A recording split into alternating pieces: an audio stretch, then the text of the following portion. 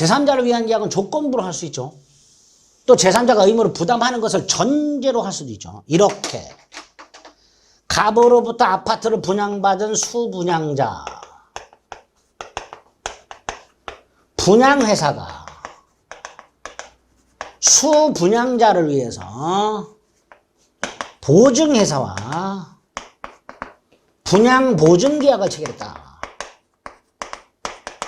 이렇게 내가 혹시라도 부도가 나면 네가 분양 의무를 이행해라. 알았다. 그래서 주택분양보증계약은 분양회사와 보증회사 사이에 수분양자를 위한 제3자를 위한 계약인데, 첫째 조건이 붙었죠. 내가 부도 나면 조건 붙였죠. 따라서 조건부로 할 수 있고요. 자, 나중에 부도가 났어요. 병은 을에게 권리가 생기죠. 빨리 지어서 분양해라. 근데 권리만 생기는 게 아니라 잔금 납부해야 되죠. 그래서 제3자가 의무를 부담한 것을 전제로 권리를 취득하게 할 수도 있다. 이렇게 됩니다. 제3자인 병이 의무를 부담하는 것, 잔금 지급 의무를 부담하는 것을 전제로 권리를 취득할 수도 있게 됩니다.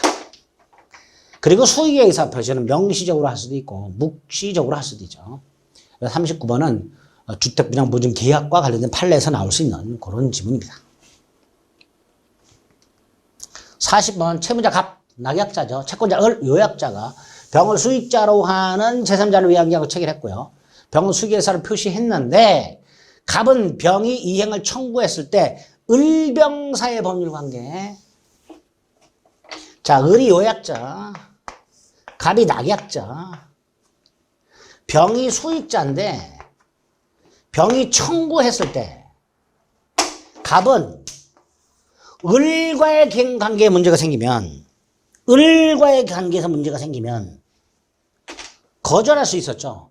하지만 을병 관계는 제3자를 위한 계약에 아무런 영향을 주지 않죠.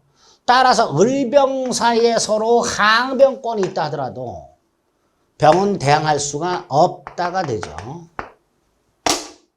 자, 여기에 문제가 생겨요. 요약자와 낙약자 사이에 문제가 생겼어.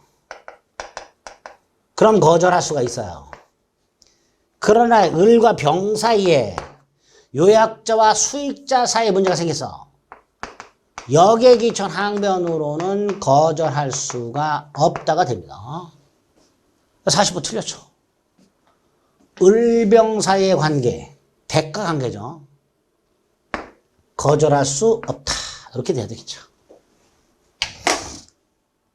41번 제3자를 위한 계약의 당사자는 수익자가 아니죠. 당사자는 요약자와 낙약자잖아요. 따라서 제3자는 계약 해제권, 원상회복 청구권 이런 게 없죠. 해제 원상회복은 을과 병 사이에 각각 요약자와 낙약자 사이에 이루어져야 됩니다. 따라서 제3자를 위한 계약이 해제되었을 때 갑과 을 사이에 제3자를 위한 계약을 했는데 요게 해제됐어요. 을이 병에게 준 게 있어. 을이 병에게 반환 청구할 수 있냐? 안 된다는 거죠. 을의 병에 대한 반환 청구는 원상회복이나 부당이득 반환 청구권이잖아요. 원상회복이나 부당이득 반환은 요약자와 낙약자 사이에 이루어져야 되죠.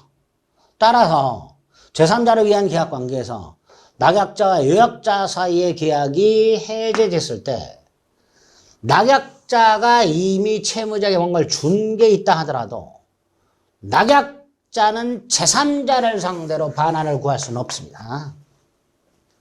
참조도 마찬가지죠.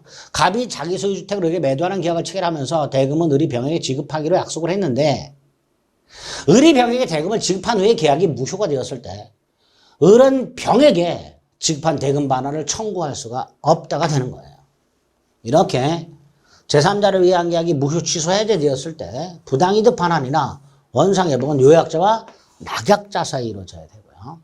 43번 자, 갑을 사이에 병을 수익자로 하는 제3자를 위한 계약을 했는데 을이 요약자, 갑이 낙약자. 병이 수익의 의사를 표시했어요. 근데 갑이 채무를 이행하지 않았어요. 해제는 요약자가 하죠. 반면에 제3자는 뭐 할 수 있어요? 손해배상 청구할 수 있죠. 병원 갑에 대해서 손해배상을 청구할 수 있다. 제3자를 위한 계약이 문제가 생겼을 때 제3자가 낙약자에게 할 수 있는 거 손해배상 청구. 제3자가 계약을 해제하거나 취소하거나 이런 건 안 되고 손해배상 청구할 수 있게 됩니다.